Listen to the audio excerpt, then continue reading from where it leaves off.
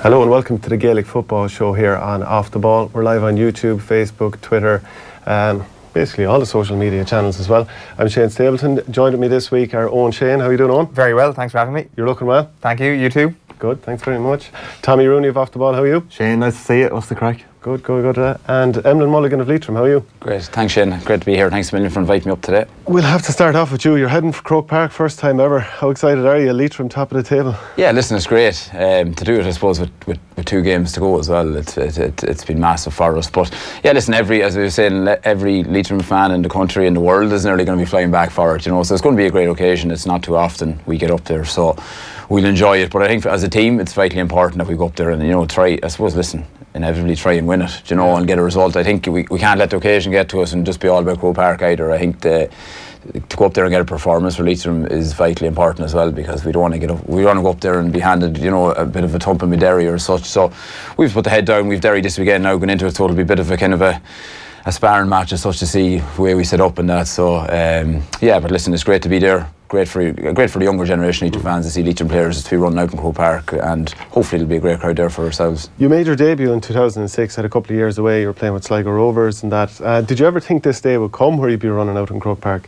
I suppose at the start of your career you always imagine you'll get there someday, and I think it was 2008 we were close enough in the Tommy Murphy Cup semi-final to get there, and we were bet down in Wicklow by a point. But I suppose as the years went on, you start thinking, is it ever going to happen? And I suppose the structure of the championship and the way it was going, we knew that, like, in championship, unless you get to an Ireland quarter final, maybe potentially a couple of years ago, you might get a run out. And we always knew Division 4 then was obviously our best chance. So years have gone by. I probably thought I might never get there, but thankfully the opportunity's there, and I haven't been getting massive amount of game time myself recently, so I just need to put the head down myself and just to make sure that I'm getting a good chunk of play up there and give Terry a headache in terms of team selection. But no, I'm just glad. Listen, I suppose if playing Derry up there in Croke Park, if that was my last game as an inter-county footballer, I'll be honest with you, I'd be content enough to walk away from it after that, kind of way. Yeah. So it was always a dream. And there's a couple other lads there with myself, like Gary Reynolds and Cathal McCrann, Paddy Maguire.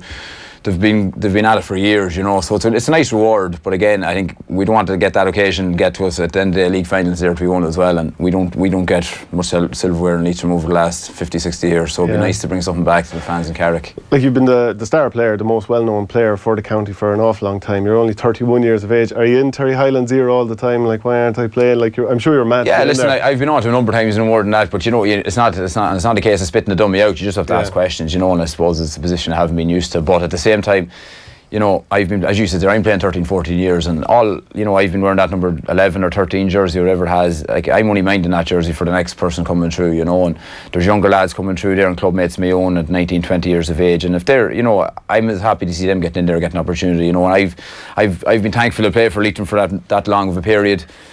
And as I says, I'm only minding the jersey for the next fella coming through, and for someone there coming through that's worthy more than myself, and so be it. But at the same time, I'll still be chomping at the bit to get in there, and I feel myself I have a lot to offer still at 31 and for the next number of years. But it's something that you're always going to be in a manager's ear, and I don't think any player that's not playing, you have to ask questions yourself if you're not getting on to management, why you're not getting a run, But I'm just enjoying training's enjoyable at the minute, and there's great buzz around Leitrim. So as I says, if it's a case that I'm not playing and not starting and we're winning, I'm happy enough, Where did this all start, Emlyn? Like, there's been a number of good young Leitrim underage teams in the last couple of years. Like, there's been a couple of under-21 teams and a couple of minor teams that have been good on paper. And it's difficult obviously because Roscommon and Mayo have always had good underage teams, and Galway as well. You're in such a strong province, underage too. Like, has this just happened in the last few months since Terry Highland has come in, or like everyone, I suppose, was glued to the radio last May when you were playing New York and you had that massive win?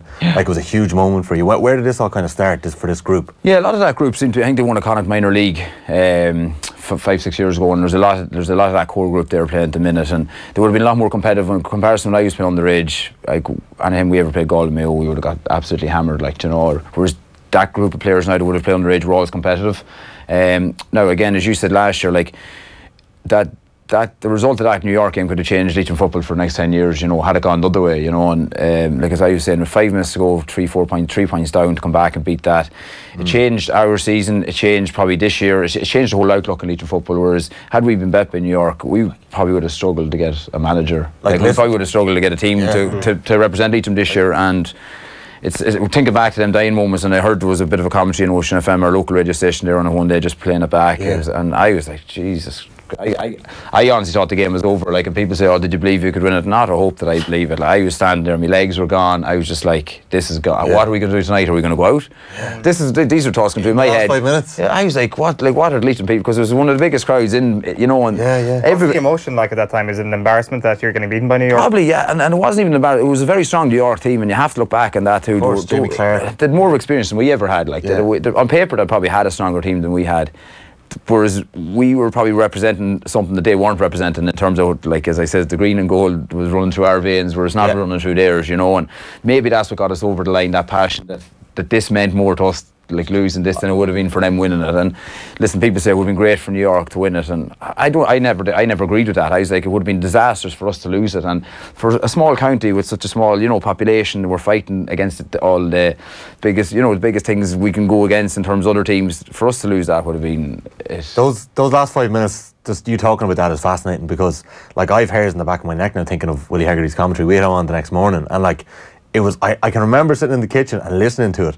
I don't know who I was shouting for. I actually don't know. Like, New York winning, you're saying, like, it wouldn't have been great. It would have been really bloody interesting. Yeah. But it would have really knocked you back so far. And you know, like, a clubmate of mine, Rooney, he was started corner forward that day. He was only 19. He was taken off, and they brought him back on for the last 5. And I just remember going to him, because I was only back a month after basically rehab from my cruise ship, and I just remember saying to Dara, if you just get the ball, just kick it. Don't even look at the goals. And the first ball he got, he just turned and buried it, and it gave us back. And he kicked it straight over, and we got back to a point. And it's funny, we were through. It was a point in the game, and our wing back Shane Quinn came up, and he was through on goal. And obviously, I would have been like fisted over the bar, and he went for goal, and the keeper saved it. But it went up, the keeper got a hand to it and went up over the bar, and we got, you know, it levelled it, and then we won the kick out. But there were so many different scenarios in that game that it could have turned it in their way. But even that day, Paddy Maguire, our full back, Mark Jimmy Clark, like, and he kept him to 3 points from playing the whole 70 minutes or 90 minutes as such, or whatever it was. But, you know, which probably was one of the reasons we had a chance in it, you know. And the GA Go highlights, I remember waiting for those highlights to come out. Like, it's cool playing in over in New York. Like, it is, and it's a weird atmosphere, you know. And we knew going into it, like, you had all the GA, like Marty Morrison, all these men were there, Joe Brawley, like, they were all ready for the New York win. Like, it was all set up for it, you know. It really was, it was, you know. And I'm just, listen, thankfully, but that belief definitely has carried on for us, I can say. Now, unfortunately, we didn't get a result against Roscommon that year, but we went on a bit loud, obviously, in the qualifiers. And, you know, we ran Monaghan to a decent enough for periods of the game, which definitely is the belief I think was carried into the team this year. And it showed in games this year. We've been losing 4 of our league games at half time, and it hasn't hampered the team once, you know. So you're saying, obviously, that was a massive moment, those last 5 minutes, and the manner in which you turned it around. There was a very interesting piece in the Sindo a couple of weeks ago, Mark Plunkett chatting to Marie Crowe, and one of the things was that we needed to change the culture in Leitrim. So has that been like have you witnessed that happening? Has that been a gradual thing that's happened over the last little while? Yeah, like, the culture's changed. I suppose, listen, the belief is definitely there now. How do you change that? How do you get the belief in there? But the likes of them scenarios, as you said, their last 5 minutes, 3 points down. Like, if you don't believe, well, I didn't believe it, but obviously the rest of them did at that stage. But, you know, it gives you the belief. But when you win that, then it gives you the belief. And then you go and play Louth, who are a Division 2 team, and you beat them by 10 points. That gives you the belief. You go in and you're consistently, like, again, Paddy Maguire kept Conor McManus to a point or two that day, and like that then drives through your team. It gives you belief. We come in then, the draw was done for the National League. The draw was probably favourable to us, so we had Wexford at home, we had Antrim at home. It kind of worked out for us in terms of that advantage. Again, that gives you an inner belief to say we can do this, and then that just gradually builds through a team, and you can see it, like, in games. If we weren't playing great in a couple of Division 4 games, but you can see the belief was there that we can still win it, even though we're not great, you know. And as we said, I still put it down to a lot of it, down to last year in New York, but then bringing in a man like Terry, then obviously with a lot of experience and coming through the divisions with teams and being in Ireland's with under 21s, he gives you more belief. Do you know what I mean? And he's been there, he's been a winner. So again, when you put all that together, I think it's just combined to. Logistically, when you talk about preparing a team like Leitrim, you're based down in Castlerea as a guard. You'd have a lot of players up in Dublin as well. And just from talking to different players from different counties, they might have trainings in Abbottstown, near Blanchardstown. They'd have group trainings there, even though you're from a county 2 hours away. And Terry, I think, has spoken about that, how he does some collective training sessions in Dublin as well. So logistically, how does it work out for this Leitrim team? How often do you train all together? Probably weekends, and then is it groups in different parts of the country? Yeah, listen, we've I think there's 19 or 20 in Dublin, so kind of, you know, you have 13 or 14 at home then. So depending on the week, like, you know, if we'd no game to weekend, we'd train on Tuesday and Friday. Tuesday would be the 20 and the lads that train in Blanche. I think it's Blanche IT to do the training, and then we train in Annaduff in our centre of excellence, and then you'd meet on the Friday night, do a collective session, you know. So a lot of counties doing that. Yeah, whereas now tonight we're training, Wednesday night we're training once this week, because you know the game's Saturday, so we're training Ballincarrigy just outside Mullingar there as a collective, you know. So it's kind of, listen, the lads are willing to do it. I suppose we know no better. Like I've been doing it no more than that since, as I say, since I've been playing. So it's not something that's been strange to us. The Dublin lads understand if you want to play, you have to commit to travelling up and down the road. And we're not too bad in Carrick, like, and even Annaduff is only 15 minutes outside Longford, so we're not a million miles away. Whereas there is other counties like of Mayo, even Sligo, Donegal, like it's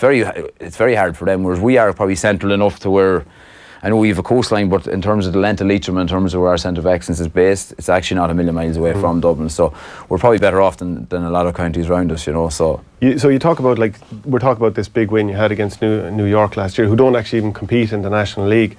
You're going to be going up to Division 3, haven't played Division 4. Your route through Connacht this year would be 3 Division 1 teams. And you've spoken about how you'd like a B championship. I presume that hasn't changed, because, like, great days happen when you're playing against teams of similar-ish level. Oh yeah, 100%. And like people are obviously, you know, the word B championship, and maybe it's just the phrase that's used, but yeah.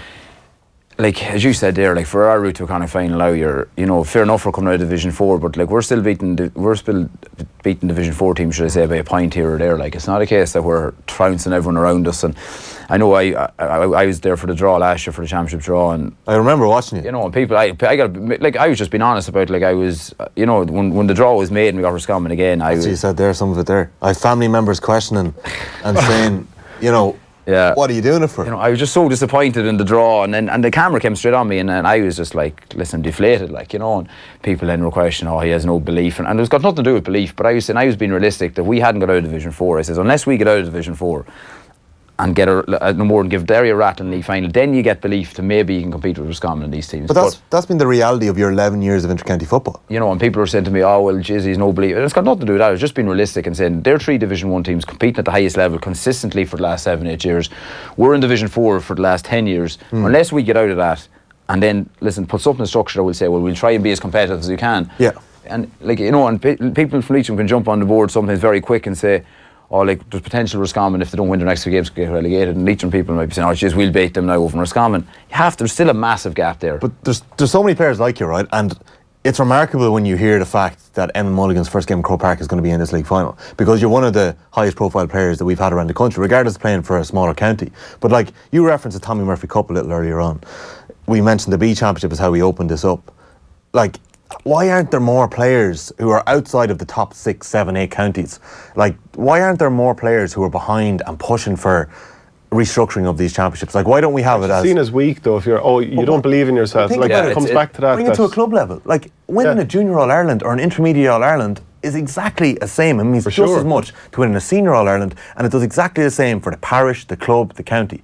So, like, is it a matter of getting everyone to just believe that we can just actually be really simple here and just make it a club, replicate the club structure, because it works so well? Yeah, I agree 100%. And you need, the commitment we're given at the minute, you need something realistic that you can aim for and to achieve, and the league is that. And we'll say that at the start of your league is our championship, and it is our championship.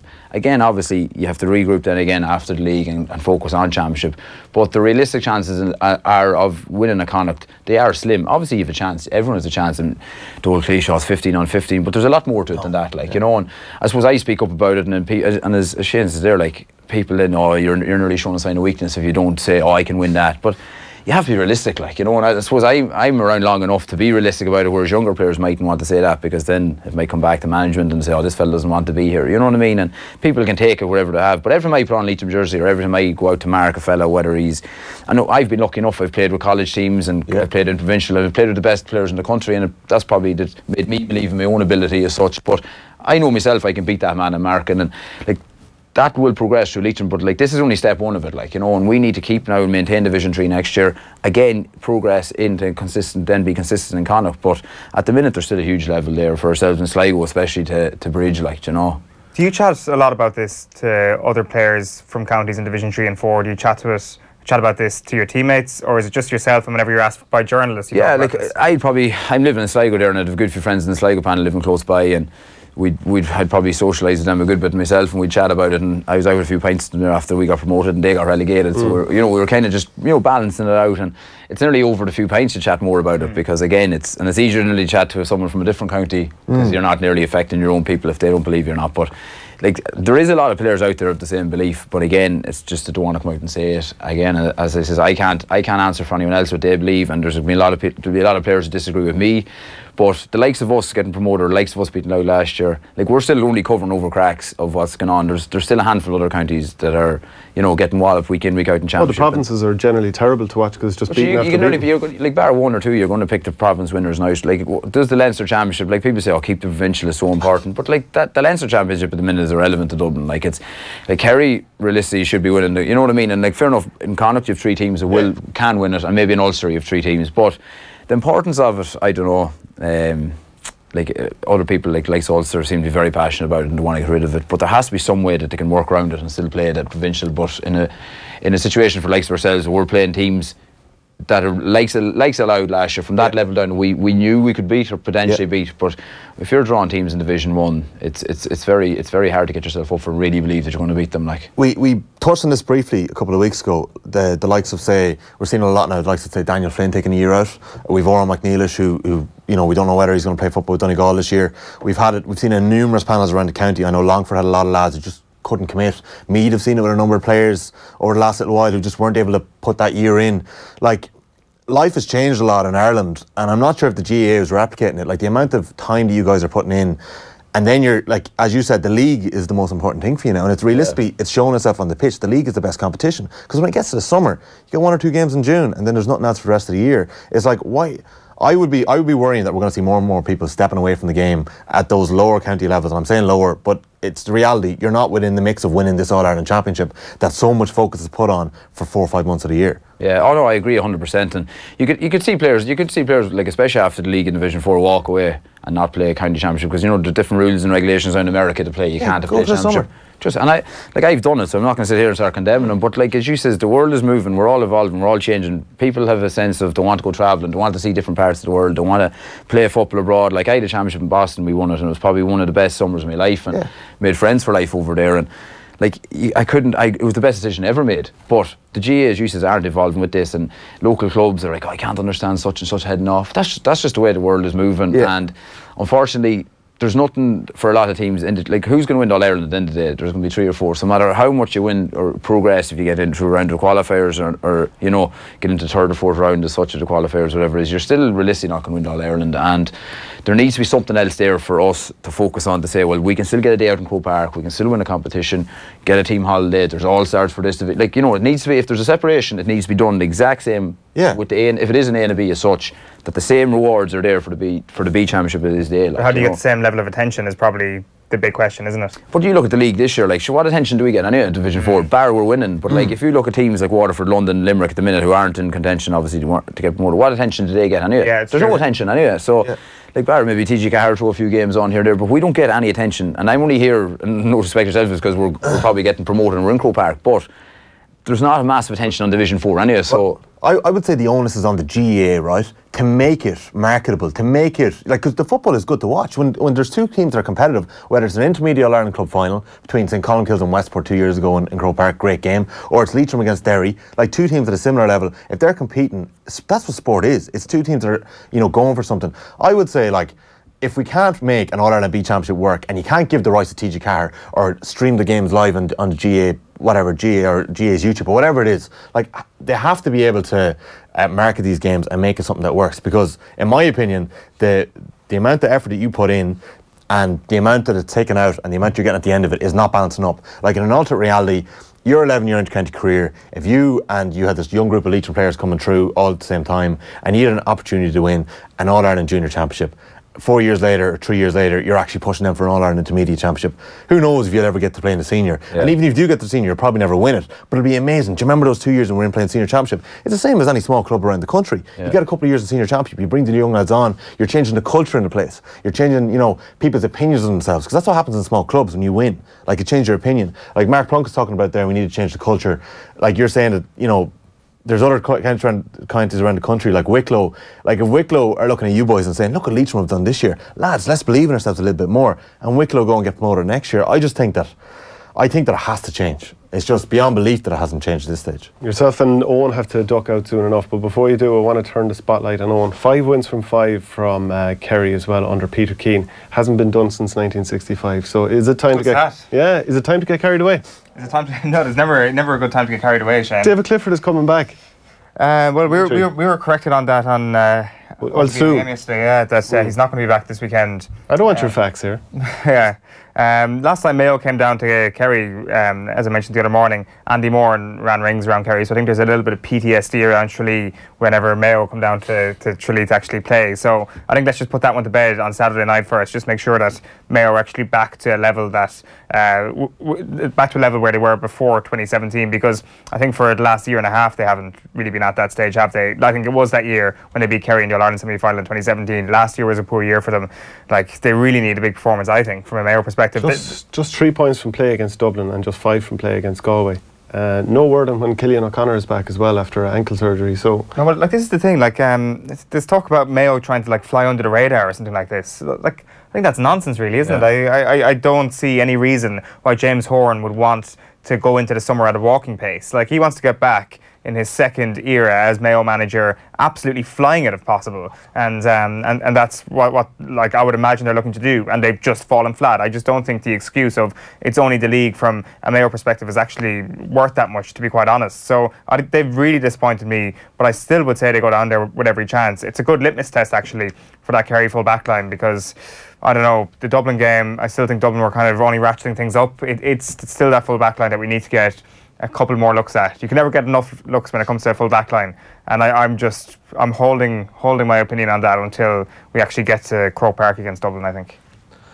Just before we go, I just wanted to pick your brains on this. The inter-county transfers, we've been kind of talking about it a little bit. Conor Cox has gone to Roscommon and he's made a big impact, and I kind of initially would have been a little bit against it. I would have thought that Roscommon have had a lot of underage teams coming through in the last while.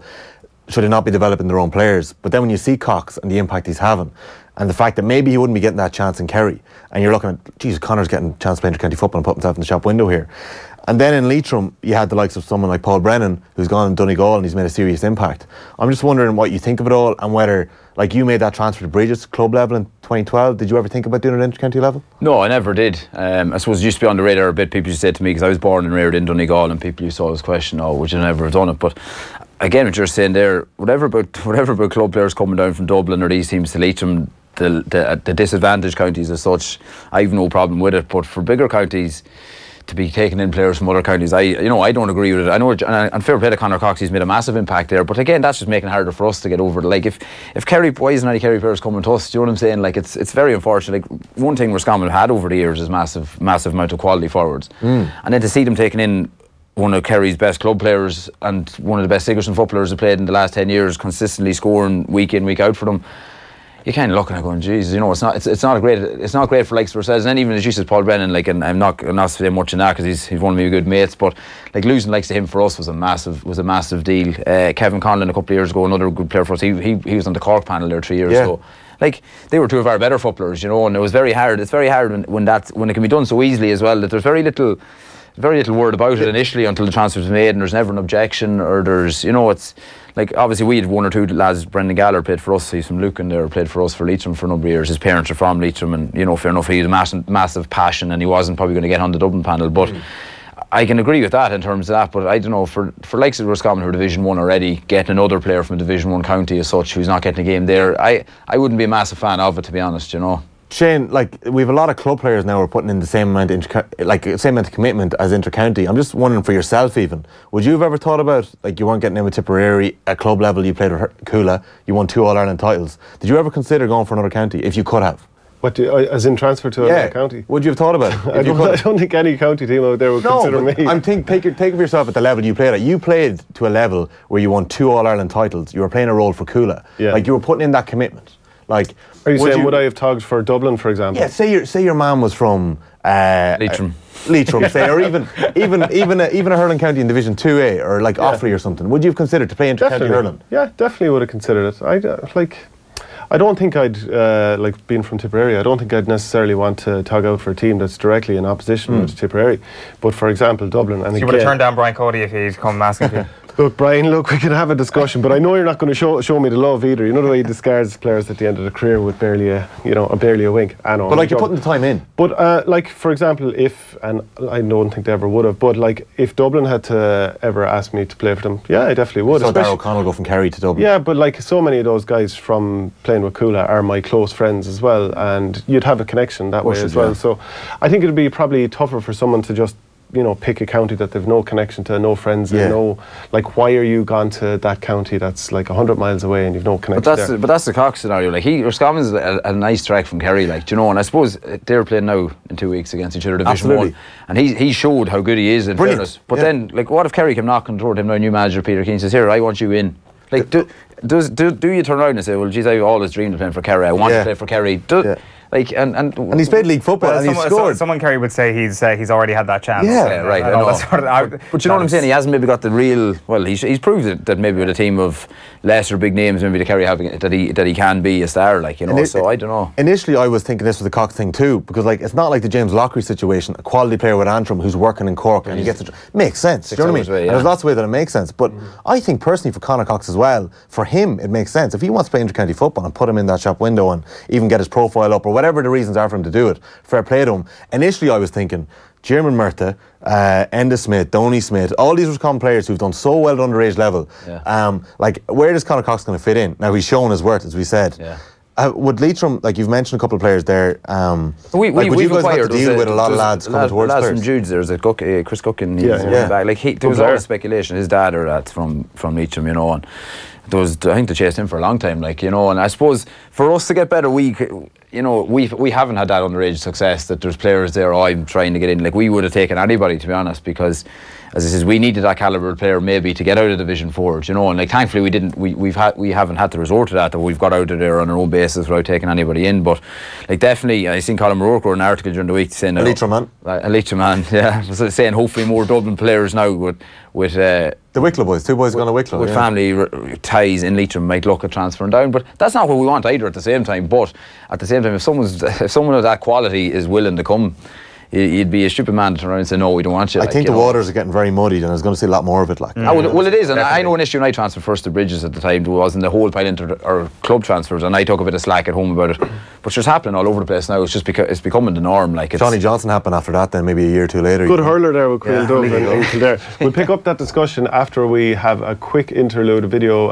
It's Gavin White, I believe, of Dr. Crokes. They're playing Corofin in the AIB All-Ireland Club Final this weekend. So let's see what he has to say, and this is where we'll say goodbye to Tommy and Eoin. Thanks, lads. Cheers, lads. Gavin White of Dr. Crokes, you're limbering up for another All-Ireland final. Must be pretty happy to be back here again, because once you get a taste of being in an All-Ireland final, and then after what happened last year, you're having that taken away from you, must have been a little bit tough. So it's good to be back, I'd imagine.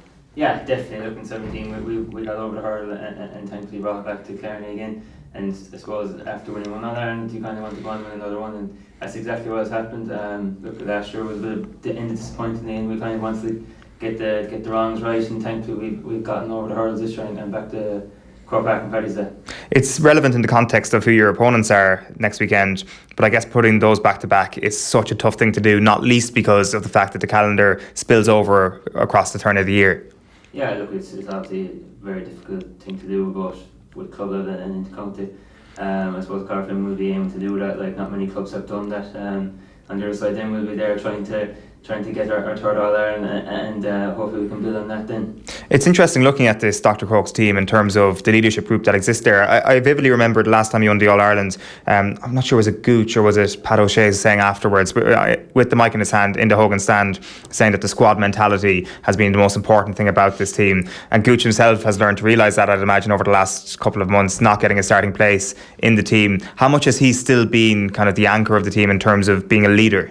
Oh yeah, look, Colin has been a leader for Crokes over the last number of years, and right through his life, and look, it's no different again this year. Like, even though that he's not starting games, he's coming on, and he still has a massive impact to say when he comes on, and off the pitch as well. That look, the wealth of experience that Colin has, he just filters right through the team, and he gives us all the boost when we really need it. Like, he knows exactly what what needs to be done and gives us all a bit of encouragement when we need it. Like, so look, there's no doubt that Colin is doing an awful big job, doing a massively big job for us, even when he's not starting. Like, he's coming out for games there and controlling games, and just having him around the squad is massive for everyone, especially for the younger fellas coming into the group. Who's the biggest talk? Yeah, we'll talk a little bit more about the club final this weekend as well. It's a clash of the two big beasts there with Dr. Crokes and Carfin, who've won it the last 2 years. Emlyn, just to talk about your profession, you're a guard. What's that like? You've been doing that for a long time. You had a career break in the middle. So is it a career you enjoy? Because we had Colin Fennelly in not so long ago, and he was talking about the absolute boredom of the army. They're two different vocations, but what's it been like for you? Yeah, listen, I suppose, well, interrelated in football terms, I joined the Guards in 2008, the same year I would have made my championship debut for Leitrim, so it's always been, you know, to and go with both them, whether, like, listen, it's a tough profession in terms of to be an intercounty football, in terms of your night shifts and that sort of thing, and, you know, even you're working on social hours, and you're working weekends, and you're working, you know, it's not as easy just to know that you're off every Tuesday evening and Thursday evening, you know, you have to make a lot of arrangements outside of it. But in terms of the job, listen, I'm happy enough, I suppose, for a number of years, and I took a career break on the basis of that I just needed time to get away from it too, you know, and no more than any job. But, you know, with the Guards we deal with a lot of stuff, I suppose, and you're dealing with, like, you know, most people see the guard as the fella that goes out and gives you the ticket for speeding or on the mobile phone, but, you know, we deal with a lot of other stuff behind the scenes in terms of traumatic incidents, in terms of death, and, you know, but they're part of factors that you bring into your daily life, and you have to try and deal with them, you know, and there's resources within our job to try and help you deal with that, but sometimes it can be hard to, I suppose, put that to a side, and especially, like, there's days there you could be dealing with, you know, and I've dealt with them, fatal traffic accidents, and then going straight to training, and, you know, and you could be in bad form of training, but, you know, managers maybe mightn't be that kind of open to ask you what's wrong with you tonight, or they might be just thinking you're having a strop, but they don't really know what you're actually after dealing with that day, you know, and, like, they're factors of the job, and to mix that in with football, it's not very easy, you know, and like, I've been at instance on Saturday nights, going try, you know, could be there till 4 or 5 in the morning, dealing with something very traumatic, and then getting 2 or 3 hours sleep, going in playing National League on a Sunday, like, you know, but nobody knows that, because I don't go around telling people about it, but that was my choice of career path, so I suppose you just deal with it, you know. Kieran Fitzgerald, the All-Star for Galway and full-back for Carfin, of course, will be playing in the All-Ireland Club Final this weekend. I did an interview with him before, and he was talking about how you might show up, there might be, let's say, a terrible car accident with a couple of people either hurt or fatalities even, and that you're supposed to show up, you're the first responder, you get this call, you're in the car, and I suppose you're just like you're filled with just I don't know, anticipation of what you're about to walk into, because everyone else will be panicking in a situation where, let's say, there's a very bad car crash, and you're supposed to be the voice of reason, the person who knows what they're doing, have the calm. What's that like, and have you had those sort of situations? Yeah, listen, I've had plenty of them over the years, and again, as you said, you're the one that's supposed to be expected to be in control of the situation, and that you're immune to emotion nearly when you see these things, you know. And I suppose over the years I've grown to be like that I'm nearly an emotionless person at times, that you have to be, like, you know, you nearly have to be cold-hearted and just go in there and you have a job to do, and as you says, be in control of a situation. But sometimes there is instances you go to and you can't but let your emotion get to you, like, you know, and it can be very traumatic in terms of, I suppose, the way you deal with it yourself mentally, you know, and it isn't easy, but again, listen, it's something you get to, it's not that you ever get used to it, but you just have to deal with it, you know, and some people are maybe more mentally strong to deal with it than others, and, you know, that's one, when people ask me about joining the Guards, people think it's, you know, and everyone has a perception of the Guards, it's all lying around, drinking tea, giving out tickets, you know, but they don't actually see what really else goes on behind at 3 or 4 in the morning, what's going on, and the people you're dealing with, the violent prisoners you're dealing with, like, you know, and this happens every night of the week, you know what I mean, but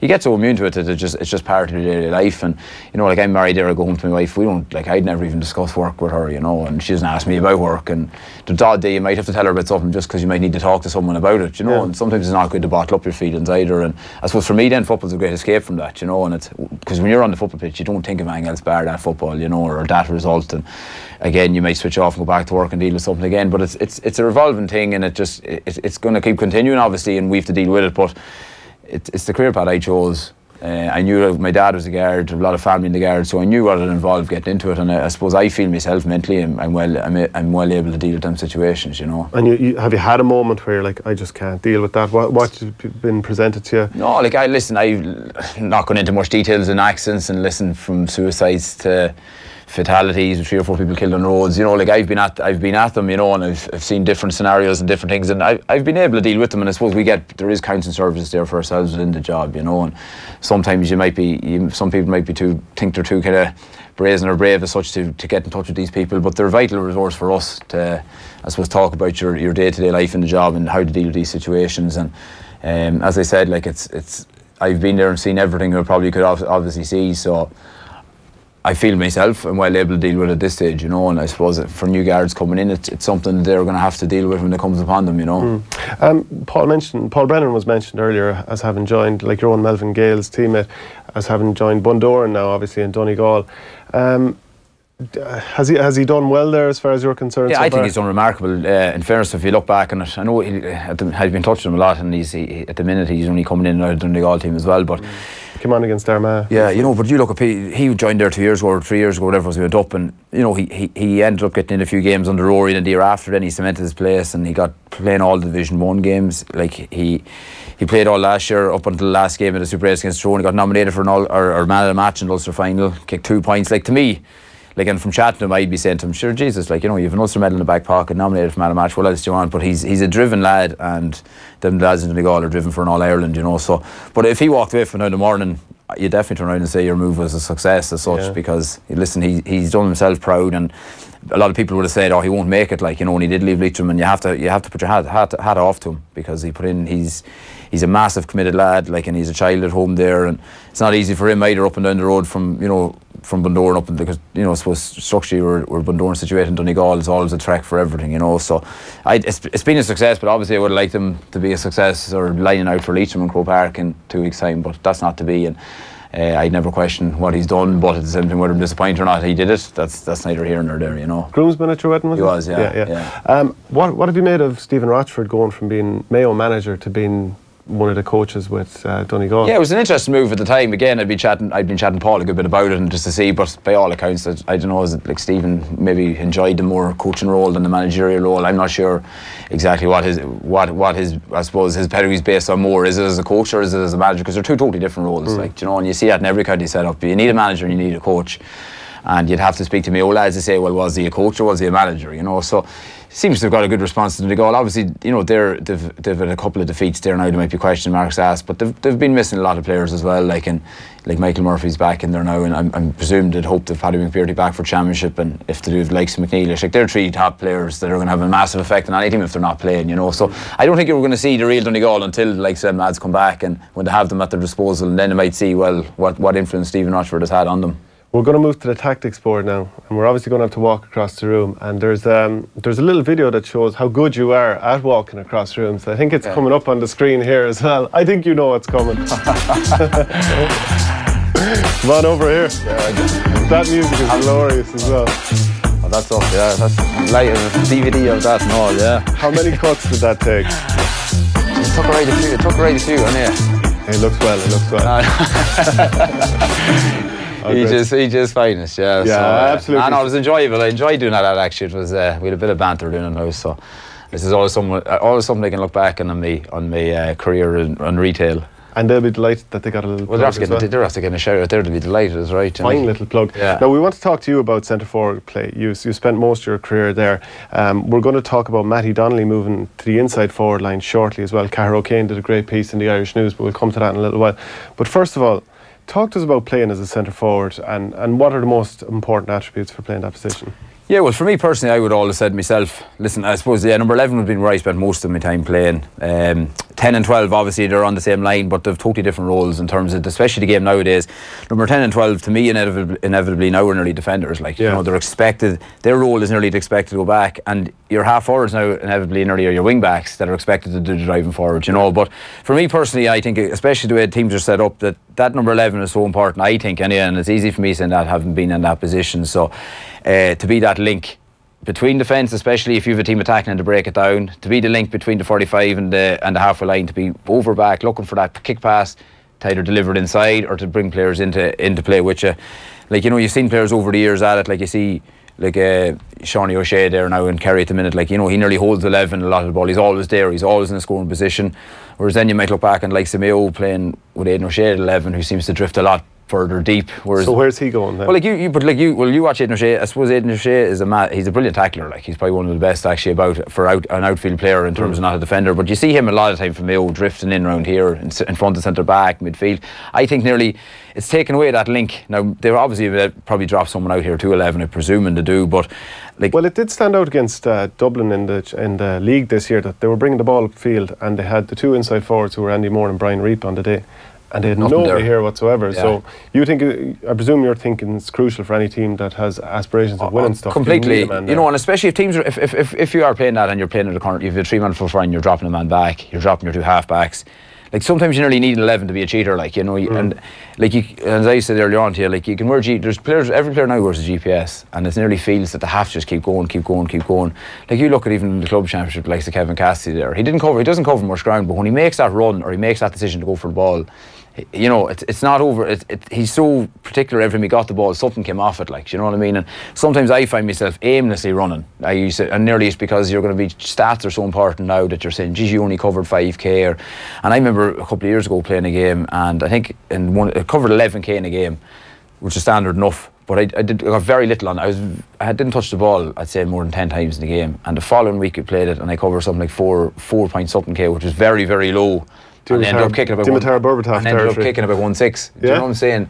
But my runs were so much cuter. I was running for the purpose of every time I went for a ball, something was going to come off it, rather than just running up and down. And I just feel with teams nowadays playing defensive that you need that. Like, you need that Kieran McDonald there. You need that Porrick Joyce, a playmaker as such, that can read a game, that has intelligence to get on the ball, whether he has a midfielder come off a shoulder or else he can put the diag ball inside or full forward, and like likes of Kerry and that, who have the likes of Tommy Walsh in there, who have that target man. Like, that's exactly what they want as well. And your corner forward, you ask any corner forward, they want someone at 11. Like, they do not want that gap from there to there, because it's the easiest thing to defend.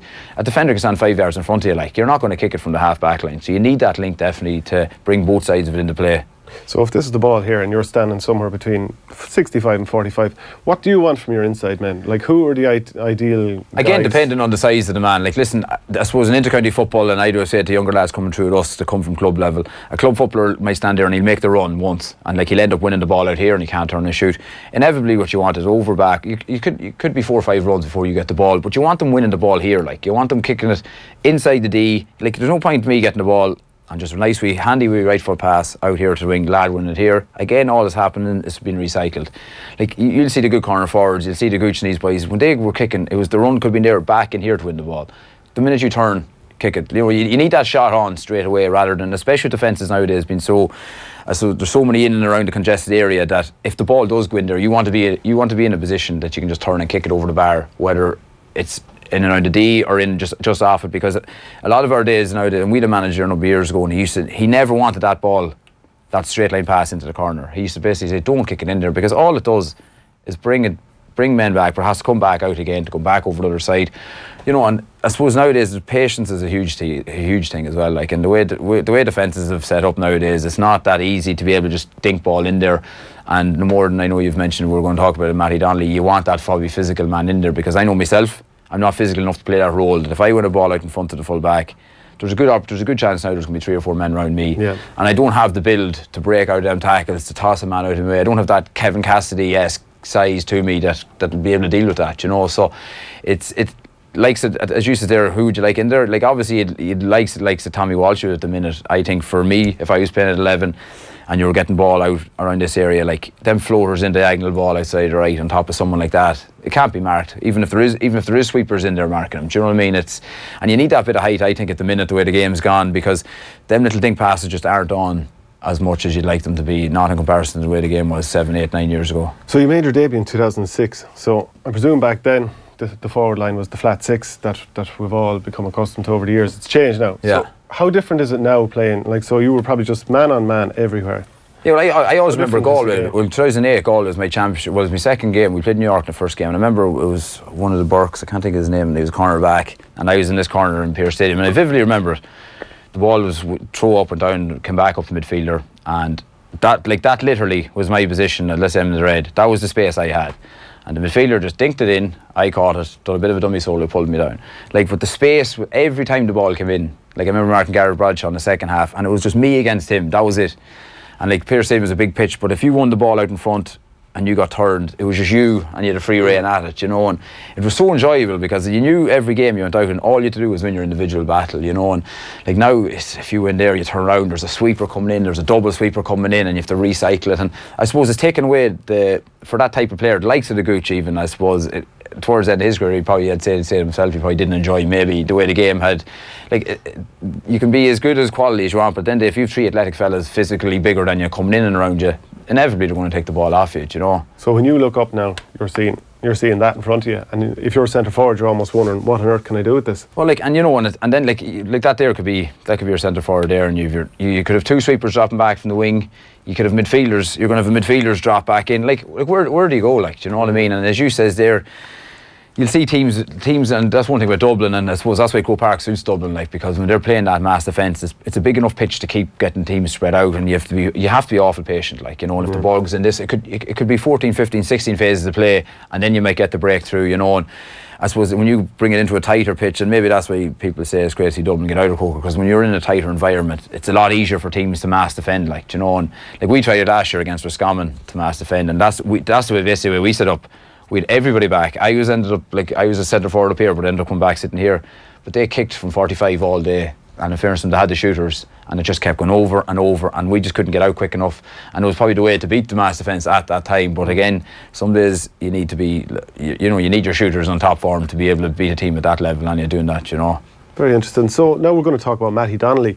Tyrone had a pretty disastrous start to the league. They lost their first 2 games. It was only, I think it was a mistake from Ultan Harney. Roscommon had won a free at the end, and I think he reacted.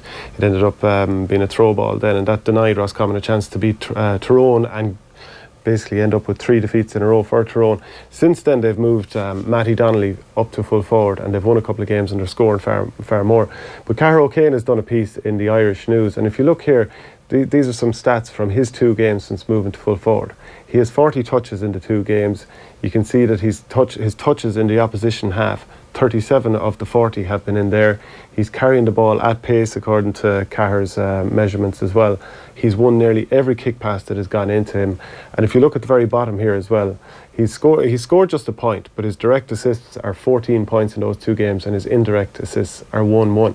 So he's had a massive impact since moving up there. Yeah, and if we move to what he was like when he was playing at more or less a sweeper role in the last 2 games of last season's championship, which were against Monaghan and against Dublin, where he was more or less the second sweeper. Between the 2 games, and you're talking about being backfield where you have far more support around you, he had just 29 touches, 12 in the opposition half, and this is a really good ball carrier, and he's carrying the ball more or less in his own half. And for playing a sweeper, to have just 1 block between 2 games, to have just 3 tackles, just 1-1 between 2 games, and his assists were 2 points and 3 points indirect assists as well. It just shows that perhaps a key for Tyrone this year is getting Matty Donnelly up to full forward. Do you think that he's an ideal candidate to do that? Well, I suppose if you put it down to, as you said, with mass defence and physicality wise, he has the physical attributes to play that role in terms of, like, if I suppose anyone sees him, his biceps popping out to the jersey, and he's very broad. Like, you know, he mightn't be the tallest. I'm not sure. I've never stood beside him, I don't think, so I'm not sure he's at 6'2", 6'3", but he's a ball winner, which is first and foremost. And I suppose the biggest thing, if ball has been kicked in there, you need someone with a brilliant first touch that's going to stick. And if he does win it and the full backs from the mark, he's the physical strength to push off 1 if not 2 players, I suppose, you know. And if he's able to take 1 or 2 out of the game by going in there and him, well, he's going to have runners coming off him, and going by them stats, obviously, if he's only scored the point, like, he's obviously taken 2-3 defenders out of the game by trying to physically stop him and by laying it off. And teams could look at that and say, oh, well, maybe he's not that decisive a play as such, but he can still finish as well. So if teams decide then to leave him 1-on-1 with someone, well, he's going to take the man on and he's going to bury it in the back of the net. Now, it's a shrewd tactic. It's worked in the last 2 games. Whether teams as like Kerry and Dublin or D teams will catch on to it and say, well, we'll put a big physical full back in there, that, you know, because full backs nowadays aren't, I suppose, the Francie Bellew type physicality either. They're nearly more athletic, do you know what I mean? And they're gone as the day you have a big heavy fullback carrying a bit of weight, you know, they won't get pushed around. But maybe that's something that, like, Matty Donnelly needs, is someone to mark him, is someone with that same physical strength of his own. Because the last 2 years, the last 2 or 3 years for Tyrone, they had Sean Kavanagh inside, and perhaps being a little bit older, a veteran player at this stage, maybe he didn't quite have the movement that Mark Bradley presented to them last season. Now, Mark Bradley is away studying in Liverpool this year, so he's not available. But he's a smaller player, so he probably doesn't have the power. So is Matty possibly the nice kind of combination? Well, I know last year was Richard Donnelly's in there, and he's a physical enough fella, but you can be physical as well, but you need a brain as well. You have to have a footballing brain, and I think that's a lot of that's gone out in the GA nowadays. It's all about physical strength, and you know, I think that's why Dublin are so successful, because you watch them, they're so intelligent on the ball as well. You can have all the physical attributes as you want, or you can have the athleticism, but you have to be mentally able to know what's going on around you. And I'm presuming, again, I don't know the man, but I'd say Matty comes across that type of player that knows what's going on around him, do you know? And it's good enough to have a man in there that can win ball, but you have to be able to know what to do with it, and you have to know when to give it off, or you have to know when to take on the shot, or you have to know when to take on the man. And obviously, going by the stats there that have shown, like, he obviously knows what to do with it, and I think it's a massive factor to go with his physicality is how intelligent of a footballer he is, like, do you know? And just one final question then as well. We talked about the carries he had and the carries at pace. You obviously want him carrying the ball closer to goal, especially if it's the capability to beat a man rather than out here. Yeah, and I seen him last year. I was up at the Super 8 game against Donegal a few times, and I seen him in the Super 8 against Roscommon, and I remember down here below the Hogan, he won a ball and he bet it, he ran, he just kept running, like he had enough endurance to even run at pace, in fairness. But against Donegal, the exact same. But I suppose he's wasting so much energy trying to beat that tackle there. He's meeting another wall, whereas now if he can win the ball inside in that zone, well, all that separates him behind him, like, there's nothing behind him basically bar the defender he's marking. So if he can break that line, you know, there's going to be scores coming off him. So it makes sense. Again, are they going to lose out then someone of his calibre on that wing, you know, breaking down the likes of Jack McCaffrey or the likes of Dublin coming from that direction? It's hard to know, and I think no team nowadays can play with one plan. Like, you know, every team has to adapt to plan A, B and C and D, and I suppose Mickey Hart's trying it out. It's worked for him. At least, like, he is a utility player, so he can play midfield as well. Like, he can play anywhere really, you know. So, but definitely last year their scoring threat inside that zone was lacking, like, you know. And like the Darren McCurry is doing bits, and if he had an off, they did very limited inside, else who was going to do the scoring for them. So it's definitely an option. It'll be interesting to see how it evolves over the year, but definitely he has the physicality to cope with it. Okay, great stuff on the tactics board. I saw an interesting tweet going out during the week, or more so the reaction to the tweet. Kieran Kilkenny put out this, and it's effectively saying, you know, delighted to get this new wagon from the Vokes at Brady's Arva. One of the highlights of last year was the sing-songs and storytellings about the games in Breffni Arms with all the clan. And it's not that it's unusual that a player would have, you know, a sponsored car or what have you. It's just some of the reactions to it we thought were quite interesting. One of them came from Bernard Flynn. It should be coming up here now. Oh, sorry, no, it's from Essex Rossi. Meanwhile in Roscommon, an absolute banger of a car there. I think we have another reply coming up here. It's terrible being an inter-county player these days, says Bernard Flynn. In fairness, I seen that picture of that come up, I was like, yeah, well, I was even showing ourselves, and I was like, look, and it's fair enough players getting sponsored, but that's a weapon of a machine there we got. It sure is. And he's probably travelling about 5 mile every night for training. You know, if you'd put the whole Leitrim team in the back of that, they're up and down to Dublin. Like, you know? Kevin Egan says, meanwhile, the loud Wexford man who'll mark Kieran Kilkenny next May in the championship has a 5 to 10 hour extra a week to cover his car payments. 5 to 10 hours Kieran Kilkenny can spend practicing skills, watching videos, stretching, swimming, resting. Tell me again how money is no advantage to Dublin. There might be one more. Yeah, Joe Bradley, tough old life, Bernie. When I was playing, the county board men used to search our kit bags for dairy socks on the way out. Funny though, we had far better crack. I'm not fully sure if that is the case. I'd say there still is great crack at inter-county football. There is, but like, I suppose in Joe's days we've been completely different. But I can even relate back to when I started 2008, 9, 10. There was way more enjoyment in terms of it, I suppose, in the social end of things. You know, after every league game, it was going for pints, like, you know, and there was even most times after Sunday, myself and Gary Randall's there, we'd have a Monday club, you know. And when you're younger, that's the way it was, but now it's kind of nearly forbidden as such. It was even after, well, now in fairness, after getting promoted last week, most of the lads would have enjoyed a few pints, but it has to be enjoyed. There has to be a balance in it, you know, and it's all good and well focusing, but sometimes you have to step away from it and get out of the bubble as well, you know, and realise there's a lot more to life. And there's a lot more going on in this world than just football, and whether it be Leitrim GA or Sligo or anybody, you know, it's sometimes you need to take a step back and say, right, just let the hair down and say.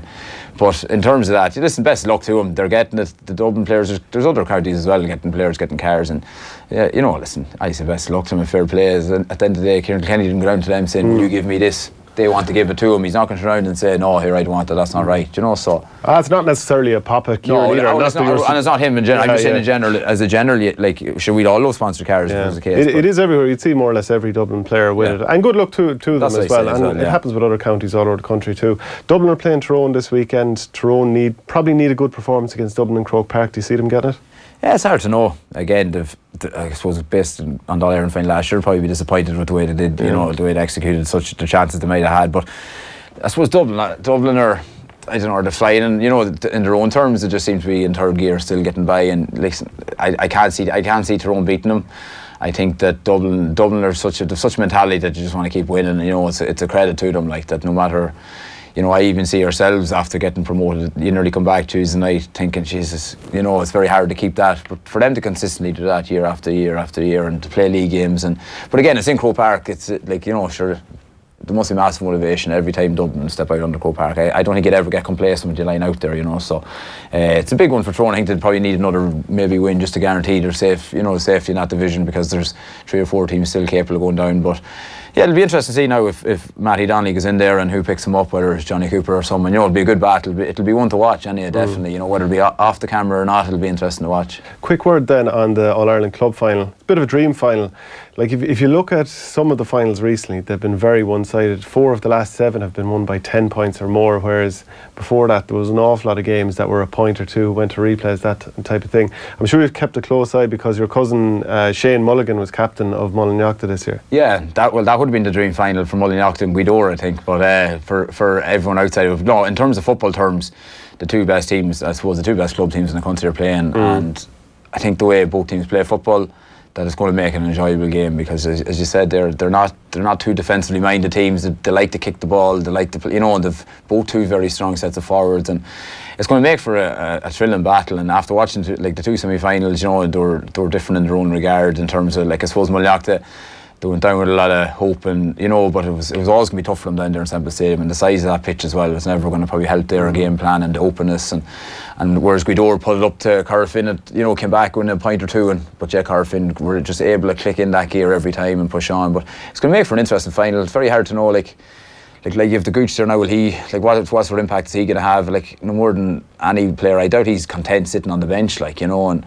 like, if you're a manager of a team and the Gooch is coming to you every Tuesday night asking you questions, I don't know how you'd react to it, you know. So, you know, it'd be great to see him even get in there for the start, you know, and maybe take him off with 15-20 minutes to go, I don't know. So, but yeah, Corofin seem to be going, they're in the right place as well. And you know, like, I know Micheál Lundy well there, spent the summer in New York, like, and you know, they've an abundance of talent there, and over their consistency over the last number of years is huge as well. So it's going to be a brilliant match, and I think for the football pro person, you're going to see a lot of good ball played in it. Hard one to call. Corofin going for 3rd one in 5 years, 2 and 3 years for Crokes. Gooch, of course, scored the crucial goal a couple of years ago. In a word, who would you go for?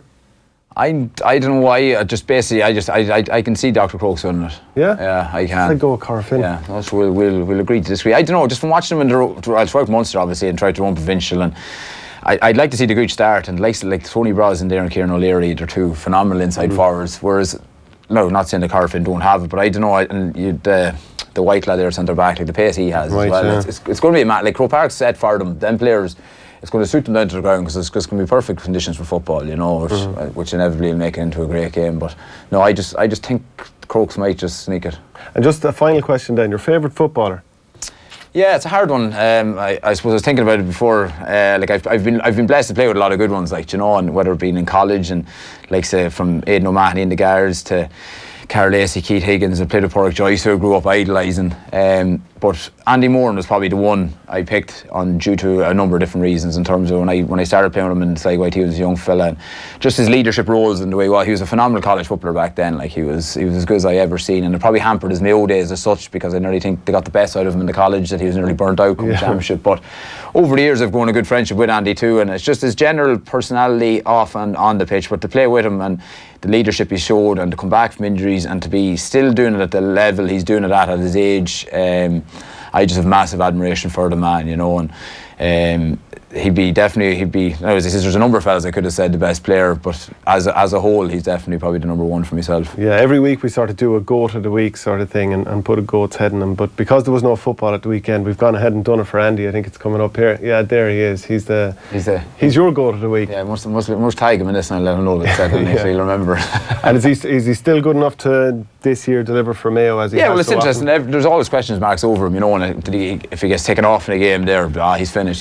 But he still pops up when they need him, you know, and he's still the go-to man. Like his first touch there, it was at the Tyrone game this year in the league. He was absolutely phenomenal. Like you're talking about Matty Donnelly with assists. Like every ball went through Andy Moore and he set up something that day. Like, you know, and again, he is the brain, he's the mentality. He mightn't, whether the pace is there or not, he's still that step ahead because intelligently he's on a different level than a lot of players he's playing against, you know. So like that will work for such a length. But it's great that he keeps coming back, and to hear like everyone in Mayo always say like the hunger he has every year, he wants to be playing, and as he says, he's an absolute gentleman off the pitch too, you know. And when I was actually in Aegis, I actually kitted him out for the All-Stars there in the third year, so that's another dig I have for him. But no, listen, he was a great fella to play with as well, and I played O'Connick with him as well, so that's why I picked him as my favourite player.